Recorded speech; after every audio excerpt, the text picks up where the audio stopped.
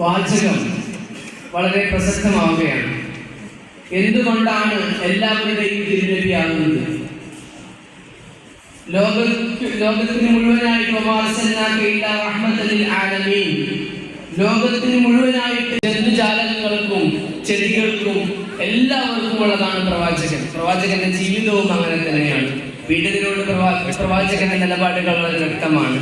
രോഗികളോട് പ്രവാചകന്റെ നിലപാട് വളരെ വ്യക്തമാണ്. വൃദ്ധകളോട് പ്രവാചകന്റെ നിലപാട് വളരെ വ്യക്തമാണ്. സ്ത്രീകളോട് പ്രവാചകന്റെ നിലപാട് വളരെ വ്യക്തമാണ്. അടിമകളോട് പ്രവാചകന്റെ നിലപാട് വളരെ വ്യക്തമാണ്.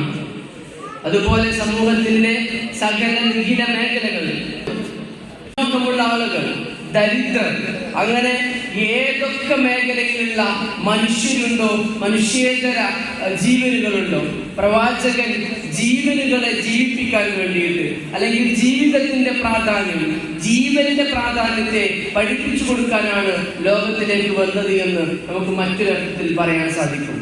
കാരുണ്യമാണ് ജീവനിന്റെ ഏറ്റവും പ്രധാനപ്പെട്ട നിലപാട്, അല്ലെങ്കിൽ ഏറ്റവും പ്രധാനപ്പെട്ട ഒരു ജീവൻ ജീവിച്ചു പോകുമ്പോൾ, അല്ലെങ്കിൽ ജീവിതങ്ങൾ മുന്നോട്ട് കൊണ്ടുപോകുമ്പോൾ കരുണയാണ്, പാരസ്പര്യമാണ് ജീവിതത്തിന്റെ പ്രധാനം എന്നുള്ളത് സ്വലാസിനെ പഠിപ്പിച്ചു കൊടുക്കും. അതുകൊണ്ട് തന്നെയാണ് എല്ലാവരുടെയും തിരുനബി എന്ന വാക്യത്തിൽ മുഹമ്മദ് സല്ലല്ലാഹു അലൈഹി വസല്ലം തങ്ങളുടെ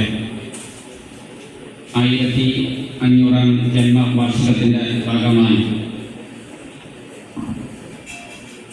വാഫി അലുമിനി അസോസിയേഷന്റെ ആഭിമുഖ്യത്തിൽ എല്ലാവരുടെയും തിരുനബി എന്ന ശീർഷകത്തിൽ സംഘടിപ്പിക്കുന്ന ഈ സ്നേഹസംഗമത്തിൽ എത്തിച്ചേരാനും ഇതിൽ പങ്കാളിയാവാനും സാധിച്ചതിൽ സർവശക്തനായ അല്ലാഹുവിനെ സ്തുതിക്കുകയാണ്. ഈ ചടങ്ങിൻ്റെ മഹത്വത്തെക്കുറിച്ചും ഇവിടെ ഇത്തരമൊരു പരിപാടി സംഘടിപ്പിക്കാനുണ്ടായ സാഹചര്യത്തെക്കുറിച്ചുമൊക്കെ നേരത്തെ ആമുഖ പ്രഭാഷണത്തിൽ ഇവിടെ സൂചിപ്പിച്ചു കഴിഞ്ഞതാണ്. നമ്മുടെ എല്ലാ സംവിധാനങ്ങളും പരിശുദ്ധമായ ഇസ്ലാമിൻ്റെ ആശയ ആദർശങ്ങൾ മുറുകെ പിടിച്ചുകൊണ്ട് ജാതി മതങ്ങൾക്കും ചിന്തകൾക്കും അതീതമായി സാഹോദര്യത്തോടും സ്നേഹത്തോടും എല്ലാവർക്കും ഒരുമിച്ച് കഴിയാനുള്ള അവസരത്തിനും സാഹചര്യത്തിനും വേണ്ടിയായിരിക്കണം എന്ന കാര്യത്തിൽ ആർക്കും തർക്കമില്ല. തീർച്ചയായും അത്തരമൊരു ഇടങ്ങളിലേക്ക് നമ്മുടെ പൊതുസമൂഹത്തെയും നമ്മുടെ വിദ്യാർത്ഥി സമൂഹത്തെയും നമ്മുടെ കുടുംബങ്ങളെയും ഒക്കെ എത്തിക്കുന്നതിനുള്ള ഒരു ഒത്തുചേരലായി ഇന്നത്തെ ഈ പരിപാടിയും ഇതുമായി ബന്ധപ്പെട്ട് നാം നടത്തിക്കൊണ്ടിരിക്കുന്ന എല്ലാ പ്രവർത്തനങ്ങളും മാറട്ടെ എന്ന് ഈ അവസരത്തിൽ പ്രാർത്ഥിച്ചുകൊണ്ട് ഇന്നത്തെ ഈ ചടങ്ങിൽ അധ്യക്ഷത വഹിക്കുന്നത് നമ്മുടെ സംഘാടക സമിതിയുടെ ചെയർമാൻ പ്രിയപ്പെട്ട ഈ അബ്ദുൽ കുഞ്ഞി സാഹിബ് ഇടത്തോടവകളാണ്. അദ്ദേഹത്തെ വളരെ ആദരപൂർവ്വം ഈ ചടങ്ങിലേക്ക് സ്വാഗതം ചെയ്യുകയാണ്. നമ്മുടെ ഈ പരിപാടി ഔപചാരികമായി ഉദ്ഘാടനം ചെയ്യുന്നത് കാസർഗോഡിൻ്റെ പ്രിയങ്കരനായ MLA കാസർഗോഡ് സംയുക്ത മുസ്ലിം ജമാഅത്തിൻ്റെ പ്രസിഡന്റുമായ ബഹുമാനനായ എന്നെ നൽകുന്ന ലോകമെമ്പാടും ചെറിയ കുഞ്ഞു മക്കൾ മുതൽ മുതിർന്നവരുടെ നമ്മുടെ എല്ലാ ലോകത്തിൻ്റെ പല ഭാഗങ്ങളിലും ഈ ഒരു മാസം അഭിമുഖനെ ബഹുമാനിച്ചുകൊണ്ട് നമ്മൾ നബിദിനം മീലാദ് ആഘോഷിച്ചു വരികയാണ്. അതിൻ്റെ ഭാഗമായി വഫിയ സംവിധാനത്തിൻ്റെ അലൂമി അസോസിയേഷൻ്റെ നേതൃത്വത്തിൽ സംസ്ഥാനത്തുടനീളം വ്യത്യസ്തരമായ സെമിനാറുകളും നബിയുടെ മധുരവും ചരിത്രങ്ങളും ഒക്കെ ജനങ്ങളിലേക്ക് എത്തിക്കുക എന്ന സന്ദേശത്തോടു കൂടിയാണ് ഈ അലൂമി അസോസിയേഷൻ എല്ലാവരുടെയും തിരുനബി സ്നേഹസംഗമം ഇവിടെ സംഘടിപ്പിച്ചിട്ടുള്ളത്. അൽഹംദുലില്ലാഹ്. നമുക്കറിയാം, നേരത്തെ ആമുഖപ്രഭാഷണത്തിൽ സൂചിപ്പിച്ചതുപോലെ നമ്മുടെ റസൂലുള്ളാഹി സ്വല്ലല്ലാഹു അലൈഹി വസല്ലം തങ്ങളുടെ ചരിത്രങ്ങൾ എത്ര നമ്മൾ ആലോചിച്ചാലും നമുക്ക് നമ്മുടെ ഇന്നത്തെ ഈ 1500 വർഷങ്ങൾക്ക് മുമ്പ് നമ്മൾ ഉണ്ടായത് തന്നെ റസൂലുള്ളാഹിന്റെ പാത സ്വീകരിച്ചുകൊണ്ട് നമ്മളെ എല്ലാ മതസ്ഥരെയും ബഹുമാനിക്കണം, ആദരിക്കണം. അതായത് എല്ലാ കാര്യങ്ങളും നിത്യജീവിതത്തിൽ നമ്മൾ ഒരു ദിവസം തന്നെ റസൂലുള്ളാഹിന്റെ പാത തുടരുന്ന ആ സന്ദർഭത്തിൽ ഇങ്ങനെ ഒരു സെമിനാറുകളും ജനങ്ങളിലേക്ക് എത്തിച്ചു കൊടുക്കാനുള്ള സന്ദേശമാണ് ഈ അലൂമി അസോസിയേഷന്റെ നേതൃത്വത്തിലുള്ളത്. കൂടുതലൊന്നും സംസാരിക്കുന്നില്ല. അൽഹംദുലില്ലാഹ്, നേരിട്ട് കണ്ട് മനസ്സിലാക്കാൻ ഒരുപാട് ചരിത്രങ്ങൾ എനിക്ക് സാധിച്ചിട്ടുണ്ട് ഈ അടുത്ത സമയത്ത്. അത് തന്നെ ഏറ്റവും വലിയൊരു ഭാഗ്യമാണ്. എല്ലാവർക്കും അതിനുള്ള തൗഫീഖ് അല്ലാഹു ചെയ്തു തരട്ടെ. ഇൻഷാ അല്ലാഹ് ഈ പരിപാടിയുടെ ഉദ്ഘാടനം കുറിച്ച് സംസാരിക്കാറുണ്ട്. സമന്വയ വിദ്യാഭ്യാസം നമ്മുടെ കുട്ടികൾക്ക് ഉണ്ടെങ്കിൽ മാത്രമേ ആ കുട്ടികൾ നല്ല രീതിയിൽ വളരുകയുള്ളൂ എന്ന് നമുക്ക് എല്ലാവർക്കും അറിയാം. ഒരു വിദ്യാഭ്യാസത്തെക്കുറിച്ച് മാത്രം ചിന്തിക്കുകയും ഒരു വിദ്യാഭ്യാസം മാത്രം മതി എന്ന് കരുതുകയും ചെയ്തുകൊണ്ട് നമ്മൾ നിലപാട് സ്വീകരിച്ചാൽ ഇന്നത്തെ പ്രത്യേക കാലഘട്ടത്തിൽ നമ്മുടെ കുട്ടികളും എവിടെയും എത്തുകയില്ല, നമ്മുടെ നാടും എവിടെയും എത്തുകയില്ല, നമ്മുടെ സമുദായവും എവിടെ എത്തുകയില്ല. ഇന്നിപ്പോൾ ഈ സംഗമം നടക്കുന്നത് നമ്മുടെ പ്രവാചകനായ റസൂൽ കരീം തിരുമേനി സ്വല്ലല്ലാഹു അലൈഹി വസല്ലം ജന്മദിനത്തോടനുബന്ധിച്ചാണ്. ആ പ്രവാചകനെ കുറിച്ച് പറയുമ്പോൾ പ്രവാചകൻ കേവലം മുസ്ലിം സമുദായത്തിൻ്റെ മാത്രം നേതാവും നായകനും അല്ല എന്ന് നമുക്ക് എല്ലാവർക്കും അറിയാം. ലോകത്തിന് തന്നെ വെളിച്ചം കാട്ടിയ, ലോകത്തിന് തന്നെ മാർഗദർശനം നൽകിയ ഒരു പ്രവാചകനാണ് റസൂൽ കരീം തിരുമേനി സ്വല്ലല്ലാഹു അലൈഹി വസല്ലം. ആ പ്രവാചകൻ അറിയപ്പെടുന്നത് ലോകത്തിൻ്റെ വിമോചകൻ എന്ന നിലയിലാണ്. ലോകത്ത് ഒരുപാട് പ്രവാചകന്മാരും അവരിൽ നിന്നൊക്കെ നമ്മുടെ നബിയെ വ്യത്യസ്തമാക്കുന്നത് എന്താണ് എന്ന് എല്ലാവർക്കും അറിയാവുന്ന കാര്യമാണ്. ലോകത്തിലെ ഇതുവരെ ഉണ്ടായിട്ടുള്ള നേതാക്കന്മാരുടെ കൂട്ടത്തിൽ ഏതൊരു വിഭാഗത്തിനും എടുത്തു കാട്ടാൻ പറ്റുന്ന സവിശേഷമായ വ്യക്തിത്വത്തിൻ്റെ ഉടമയായ നമ്മുടെ പ്രവാചകന് ലോകത്തിന് സംസ്കാരം എന്ത് എന്ന് കാണിച്ചു കൊടുത്ത പ്രവാചകനാണ്. ലോകത്തിന് വിദ്യാഭ്യാസം എന്താണ് എന്ന് പറഞ്ഞു കൊടുത്ത പ്രവാചകനാണ്. ലോകത്തിന് സംസ്കാരം എന്ത് എന്ന് പറഞ്ഞു കൊടുത്ത പ്രവാചകനാണ്. നബി വിദ്യാഭ്യാസത്തിന് എത്രമാത്രം പ്രാധാന്യം കൽപ്പിച്ചിട്ടുണ്ട് എന്ന് നമ്മളെക്കാൾ കൂടുതൽ നമ്മുടെ മാഷക്ക് പ്രവാചകനെ കുറിച്ച് പ്രവാചകന്റെ അനുയായികളായ നമ്മളെ കൂടുതൽ മനസ്സിലാക്കിയിട്ടില്ല. നമ്മളെക്കാൾ കൂടുതൽ മനസ്സിലാക്കിയിട്ടുള്ളത് മാഷപ്പോലെ ഉള്ള ആളുകളാണ് എന്ന കാര്യത്തിൽ ഒരു സംശയവുമില്ല. ലോകത്തിലെ പ്രവാചകനെ കുറിച്ച് ഒരുപാട് ഗ്രന്ഥങ്ങൾ രചിക്കപ്പെട്ടിട്ടുണ്ട്. ആ ഗ്രന്ഥങ്ങളൊക്കെ രചിച്ചത് മറ്റ് സമുദായത്തിൽപ്പെട്ട ആളുകളായിരുന്നു.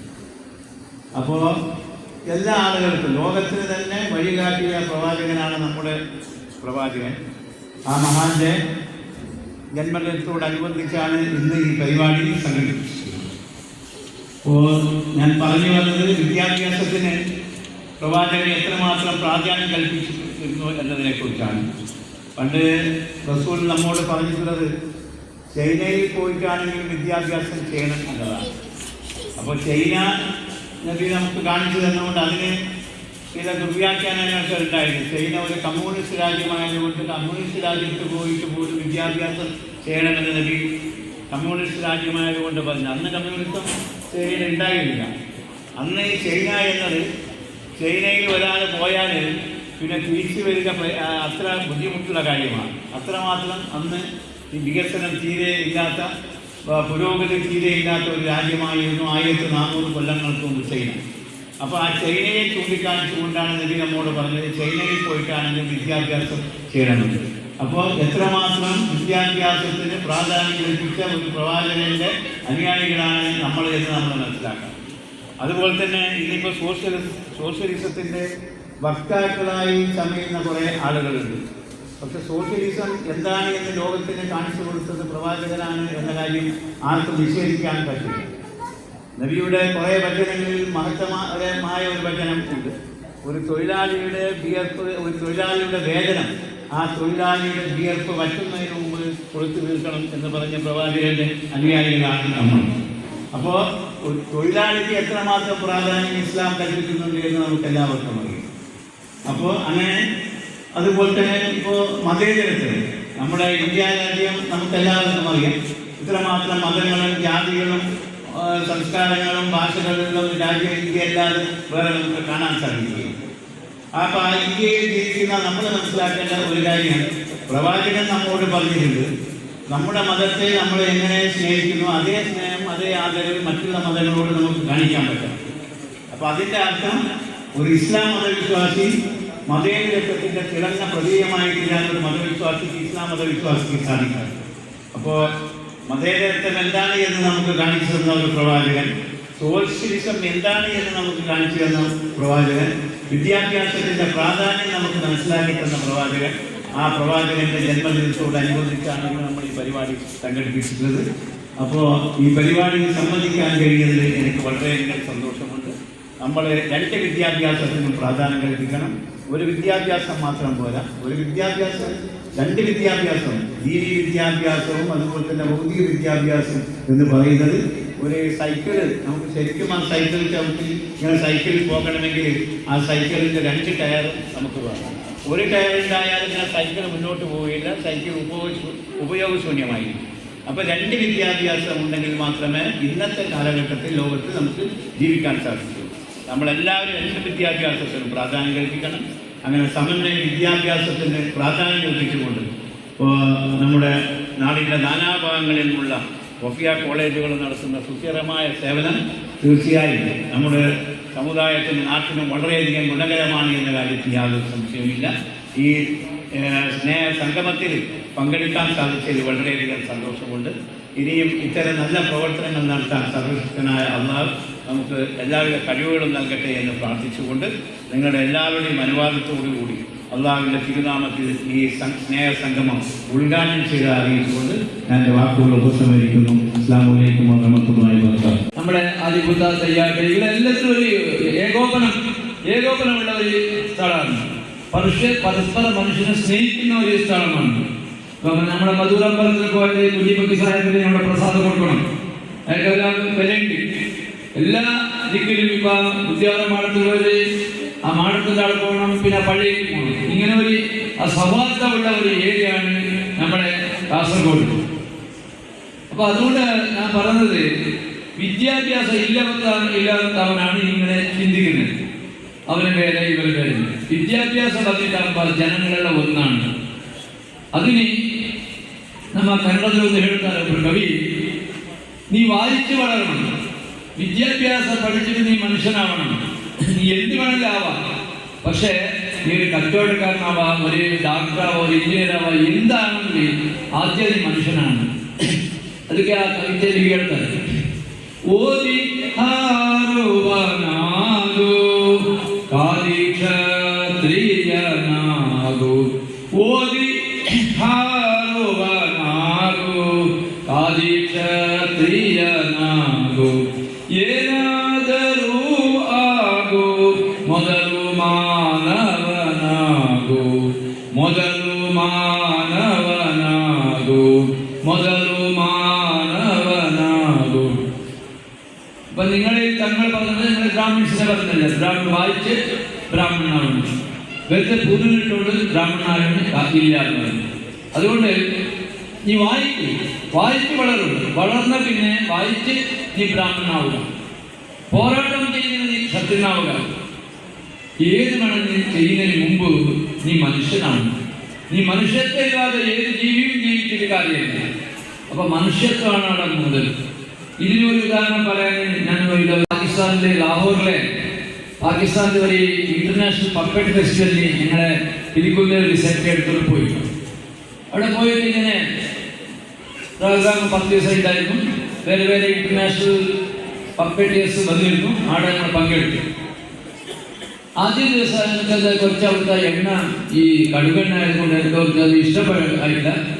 എനിക്ക് അവിടെ അസുഖം വന്നു, ഇത് വോമിറ്റിംഗ് വന്നു. ഈ എണ്ണ നമുക്ക് ആവില്ല ഇന്ത്യക്കാർക്ക്. അത്രയുമ്പോൾ ഞാൻ എന്താക്കുന്നത് പോയിട്ട് പിന്നെ അവിടെ മുഹമ്മദ് ഭട്ടൂരിണ്ടായിരുന്നു. ഭട്ടൂർ വിളിക്കുന്നില്ല, അതൊരു മുഹമ്മദിനെ ഭട്ടൂർ വിളിച്ചാൽ നമുക്ക് പ്രശ്നമില്ല. അങ്ങനെ ആ അടുക്കളയിൽ പോയിട്ട് ഞാൻ പറഞ്ഞു ഇങ്ങനെ കുറച്ച് ഇതാകുന്നുണ്ട് ഇതാക്കുന്നത്. അപ്പോൾ നിമ്മക്കുഴി അടിച്ചിട്ട് ഒരു മരുന്നാക്കി ഞാൻ കുടിച്ചു. പക്ഷെ അത് ഗുണമായില്ല. പെട്ടെന്ന് അവിടുത്തെ ഓർഗനൈസേഴ്സ് എല്ലാം കൂടിയിട്ട് എന്നെ ഹോസ്പിറ്റലാക്കി ലാഹോറിൽ. അപ്പം എന്നെ കൊല്ലായിരുന്നു അവർക്ക്. എന്നാലും ഇന്നും ഞാൻ പറഞ്ഞത് സ്നേഹമുള്ളതുകൊണ്ട് അവിടുത്തെ വോളണ്ടിയർ നമ്മളെ രണ്ടാളെ നോക്കാനാക്കിയിട്ട് ഞാൻ അവിടെ ഉഷാറായി. ഞാൻ കുറച്ച് ദിവസം പോയ ഉഷാറായി, 2 ദിവസം ബുദ്ധിമുട്ടായി. അപ്പൊ ഞാൻ പറയുന്നതറിയോ, നമ്മൾ എവിടെ പോയാലും നമ്മുടെ സ്നേഹത്തിനുണ്ടെങ്കിൽ നമുക്കൊരു പ്രശ്നമില്ല. നമ്മൾ മറ്റാൾക്കാരെ കാണുമ്പോൾ ദ്വേഷിച്ചാൽ അത് എനിക്ക് ബുദ്ധിമുട്ട്, മറ്റവർക്ക് ബുദ്ധിമുട്ട്. ഞാൻ പറയുന്നു, ഒരാൾ പേടിച്ച് പായുമ്പോൾ അവരെ നമ്മൾ ഓടിക്കാൻ പോയാൽ അവർ ഓടിച്ചോണ്ട് പോകും. നമുക്ക് കഷ്ടമാണ്, അവർക്ക് കഷ്ടമാണ്. അവന് പേടിച്ചു കൊടുത്ത് നമ്മളായ മാതിനലി ചൂടാമണിയാകൂ, മാതിനലി ചൂടാമണിയാകൂ എരകന്ദ, മാതിനലി ചൂടാമണിയാകൂ എരകന്ദ, ജ്യോതിയെ ആകൂ ജഗഗല്ല, ജ്യോതിയെ ആകൂ ജഗഗല്ല. അപ്പൊ നമുക്ക് എന്തായാലും പോയി നമ്മൾ ആചാരബന്ധനാണ്, നല്ല കൾച്ചറൽ പ്രശ്നമാണ്, ഒരു നീതിബന്ധനം, ന്യായബന്ധനമാണ്. അതല്ലാതെ സംസാരിക്കാനുള്ള ഒരു നല്ല ആൾക്കോട് സംസാരിക്കുക, നല്ല രീതിയിൽ സംസാരിക്കാനുള്ള ഒരു വ്യക്തിയാവണം നീ. ഇതെല്ലാം ആയിട്ടെങ്കിലും വേണ്ട മോനെ, നീ ഒരു ജ്യോതിയെ ജഗജ്യോതിയായിട്ട് നീ ജീവിക്കുന്നു. എല്ലാവരും നിന്നെ ഇത് ആരാ മോനെപ്പാന്ന് ചീത്ത പറയാതെ ഇവര് ആരും ഇതിന്റെ അമ്മ ആരാണ് എന്ന രീതിയിൽ ചിന്തിക്കുന്ന രീതിയിൽ ഒരു വാക്കാണ് ആ കവിതയിൽ പറയുന്നത്. അതേപോലെ നമ്മൾ ആ രീതിയിൽ ജീവിക്കുക. ഇന്നല്ല നാളെ നമ്മൾ നല്ല നല്ല ഭവിഷ്യത്തിന് വേണ്ടി നല്ല പ്രവർത്തിക്കുക. നിങ്ങളെ പ്രവൃത്തിയാണ് നിങ്ങളെ നല്ലതാക്കുന്നത്, വിളക്കാക്കുന്നത്. പക്ഷെ നല്ല മാർഗം കിട്ടിയാൽ നല്ല ഇതാവും. ഞാനിവിടെ ഒരു കാലം പറയാൻ ഓർമ്മിക്കുന്നു, മാഷന്മാർക്ക് മാറുന്നത്. കാരണം എന്താ അറിയോ, ഈ കുട്ടികളെ നമ്മൾ മാഷന്മാർ പൊതുവെ കുട്ടികൾ നല്ലതായിട്ട് കാണുന്നില്ല. ചില ആൾക്കാരുണ്ട്, ചില ആൾക്കാർ എന്താ അറിയോ, ഒരു പേര് കേൾക്കുമ്പോ ആ പേര് എന്തോ ഒരു നല്ല ഒരു നായ അതല്ലെങ്കിൽ ഒരു പട്ടി അതിന്റെ തൊണ്ടയിൽ കഴിക്കുന്ന ഭക്ഷണത്തിന്റെ വലിയൊരു കഷ്ണം എല്ല് കുടുങ്ങിയിട്ടുണ്ട്. അപ്പൊ പിണങ്ങോട്ടുകാരിയായ നസീറത്ത എന്ന് പറയുന്ന ഒരു സ്ത്രീ, നമുക്കൊക്കെ അറിയാലോ, നമ്മൾ മുസ്ലിങ്ങളാണ്, ശാഫിഈ മദ്ഹബുകാരാണ്. നായ നമ്മൾ നജസാണെന്ന് പരിഗണിക്കുന്ന ജീവിയാണ്. അതായത് ഇസ്ലാമിക അധ്യാപനം അനുസരിച്ച് ശുദ്ധീകരിക്കണം. കയ്യും തൊട്ട ഭാഗം 7 തവണ കഴുകി ശുദ്ധീകരിക്കണം എന്ന് പറയുന്ന വളരെ കടുപ്പം കൂടിയ നജസ് ഉള്ള ജീവിയാണ്. അപ്പൊ ഈ ഒരു മുസ്ലിം സ്ത്രീ ഇന്ന് രാവിലെ കണ്ട കാഴ്ച അത് നിങ്ങളോട് കൂടെ പങ്കുവെക്കണമെന്ന് ആഗ്രഹത്തിന്റെ പുറത്താണ് ഞാൻ പറയുന്നത്. വളരെ ദയയോടുകൂടി കരുണയോടുകൂടി ആ നായയെ ചേർത്ത് പിടിച്ച് അതിന്റെ വായയിൽ നിന്ന് ആ വലിയ എല്ലിൻ കഷ്ണം മാറ്റി വിട്ടുന്നുണ്ട്. ഞാന് ദീനിനെ കുറിച്ച്, അല്ലാഹുവിന്റെ റസൂൽ സല്ലല്ലാഹു അലൈഹി വസല്ലമയെ കുറിച്ച് പഠിച്ച സമയത്ത്, അല്ലെങ്കിൽ പഠിക്കാൻ ശ്രമിക്കുന്ന സമയത്ത്, ദീനിലെ ഏറ്റവും സുന്ദരമായ രംഗങ്ങൾ ഇങ്ങനെയൊക്കെയാണ്. ഇസ്ലാമിലെ ഏറ്റവും വിശുദ്ധരെന്ന് പറയപ്പെടുന്ന 4 ആളുകളുണ്ട്. വിലായത്തിന്റെ വർത്തമാനം പറയുന്നിടത്ത്, ഔലിയാക്കളെ കുറിച്ച് എഴുതുന്നിടത്ത്, വിശുദ്ധരെ കുറിച്ച് പറയുന്നിടത്ത് 4 പേരാണ് അൽ അഖ്താബുൽ അർബഅ, 4 കുത്തുബുകൾ എന്ന് അവരെ പറ്റി പറയുന്നത്. നമുക്ക് എല്ലാവർക്കും അറിയാം. അതിലെ ഒന്നാമത്തെ ഏറ്റവും വലിയ വിശുദ്ധൻ, ഔലിയാക്കളുടെ ലോകത്തെ ഏറ്റവും വലിയ വിശുദ്ധൻ മുഹീദ്ദീൻ ശൈഖാണ്. അൽ അഖ്താബുൽ അർബഅ എന്ന് പറയുന്ന കുത്തുബുകളിൽപ്പെട്ട ആദ്യത്തെയാണ്. രണ്ടാമത്തെയാണ് അഷ്ശൈഖ് അഹ്മദുൽ കബീർ അൽ റിഫാഇ ഖദ്ദസല്ലാഹു സിർറഹുൽ അസീസ് ഷെയ്ഖ് അഹ്മദ് കബീർ തങ്ങളാണ്. ഷെയ്ഖ് അഹ്മദ് കബീർ റിഫായി ഖദ്ദസല്ലാഹു സിർറഹുൽ അസീസിനെ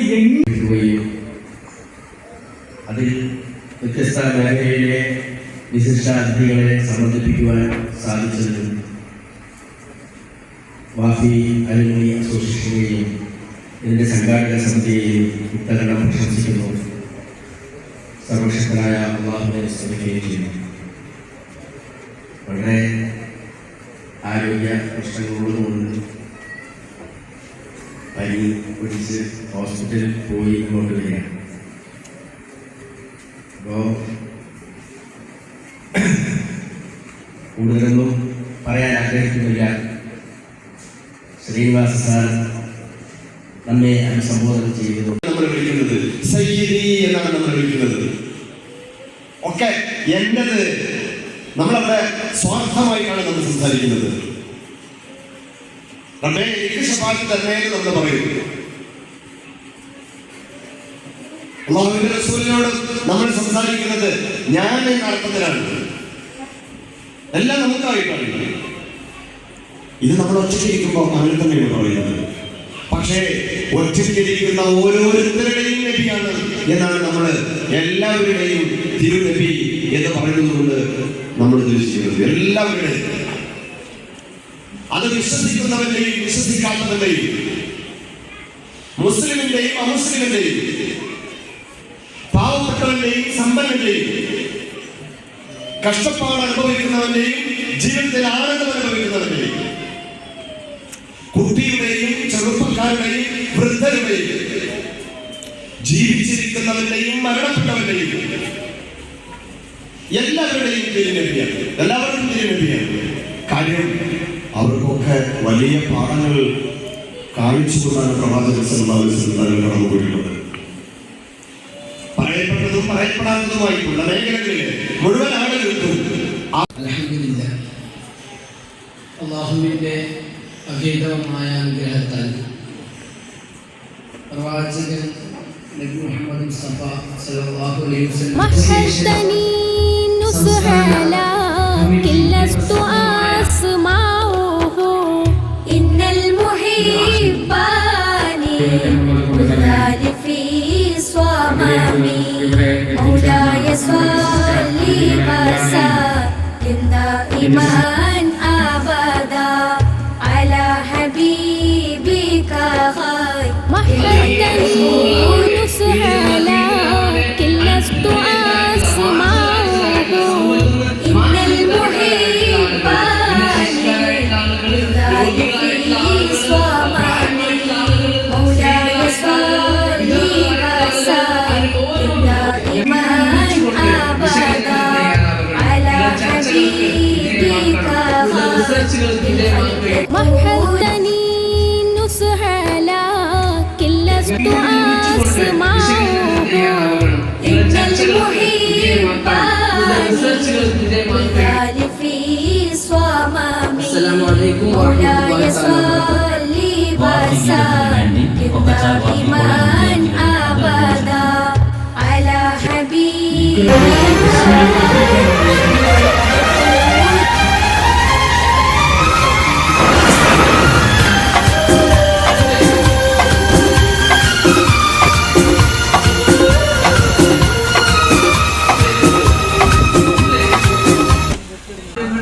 പഠിക്കാൻ കഷ്ടമാവുന്ന സമയത്ത് പുതിയ ആൾക്കാരുള്ള അതിനെ വേറെ തരത്തിൽ പറയാൻ തുടങ്ങി. വീടായാലും ഇൻഡസ്ട്രിയിലായാലും ബിസിനസ്, വിദ്യാഭ്യാസ സ്ഥാപനങ്ങളോ മതപരമായ സ്ഥാപനങ്ങളോ ആണെങ്കിലും വയറിംഗ് വർക്കുകൾ, HT, LT കണക്ഷൻ എന്നിവയ്ക്ക് ഗവൺമെന്റ് ലൈസൻസ്ഡ് ഇലക്ട്രിക്കൽ കോൺട്രാക്ടറായ പള്ളങ്ങോട് ഇലക്ട്രിക്കൽ വർക്സിനെ തന്നെ ഏൽപ്പിക്കണം. പണി കമ്മിറ്റ് ചെയ്ത സമയത്ത് തന്നെ തീർത്തു തരും. കൂടാതെ നിങ്ങളുടെ സ്ഥാപനത്തിൽ അനുമതിയില്ലാതെ ജനറേറ്റർ സ്ഥാപിച്ചിട്ടുണ്ടെങ്കിൽ പള്ളങ്ങോട് ഇലക്ട്രിക്കൽ വർക്സിനെ ഏൽപ്പിച്ചോളൂ. എല്ലാവിധ പേപ്പർ വർക്കുകൾ സഹിതം ഉത്തരവാദിത്തത്തോടെ തന്നെ വർക്ക് പൂർത്തിയാക്കാം. കോൺടാക്ട് ചെയ്യൂ 9496 200 200 9497 500 600.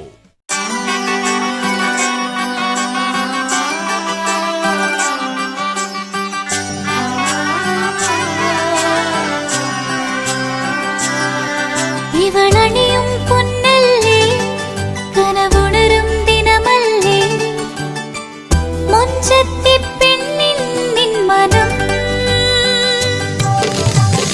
പെണ്ണഴകിനു മിഴിവേകി എന്നെന്നും നിന്നില്ലേ മാറ്റേറും പൊന്നിൻ താരമേ.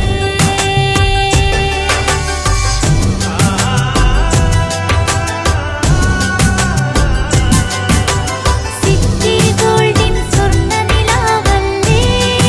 City Gold and Diamonds, Kerala and Karnataka, the glow of purity.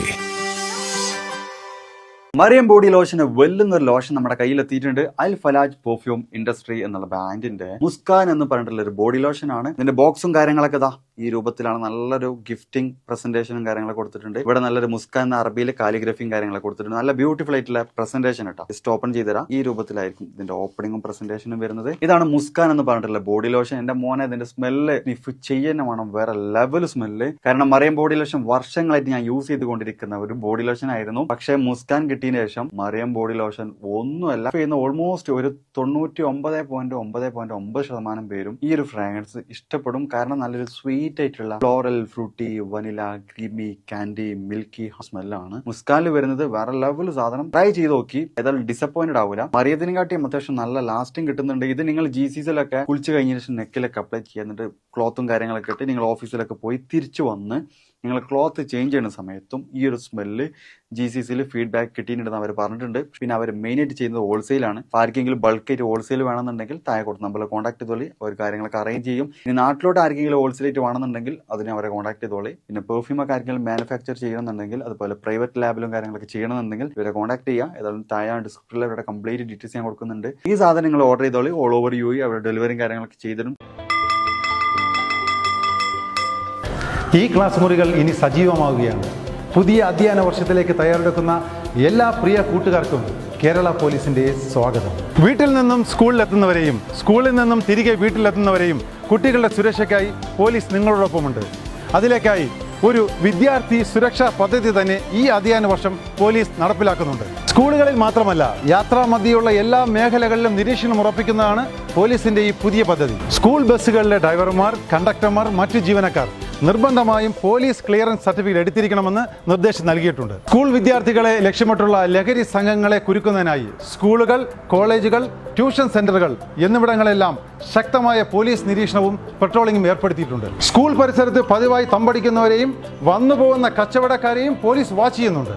സ്കൂളുകളുടെ പരിസരത്തുള്ള കടകളിൽ ലഹരി വസ്തുക്കൾ വിൽക്കുകയോ സൂക്ഷിക്കുകയോ ചെയ്യുന്നുണ്ടോ എന്നറിയുവാൻ പോലീസിന്റെ നിരീക്ഷണം ഏർപ്പെടുത്തിയിട്ടുണ്ട്. ലഹരി വിൽപ്പന സംബന്ധമായ എന്തെങ്കിലും വിവരങ്ങൾ നിങ്ങൾക്ക് ലഭിക്കുകയാണെങ്കിൽ നിങ്ങൾ ഉറപ്പായും 112-ൽ വിളിച്ചറിയിക്കുകയോ യോദ്ധാവ് വാട്സാപ്പ് നമ്പറിൽ മെസ്സേജ് ചെയ്യാവുന്നതുമാണ്.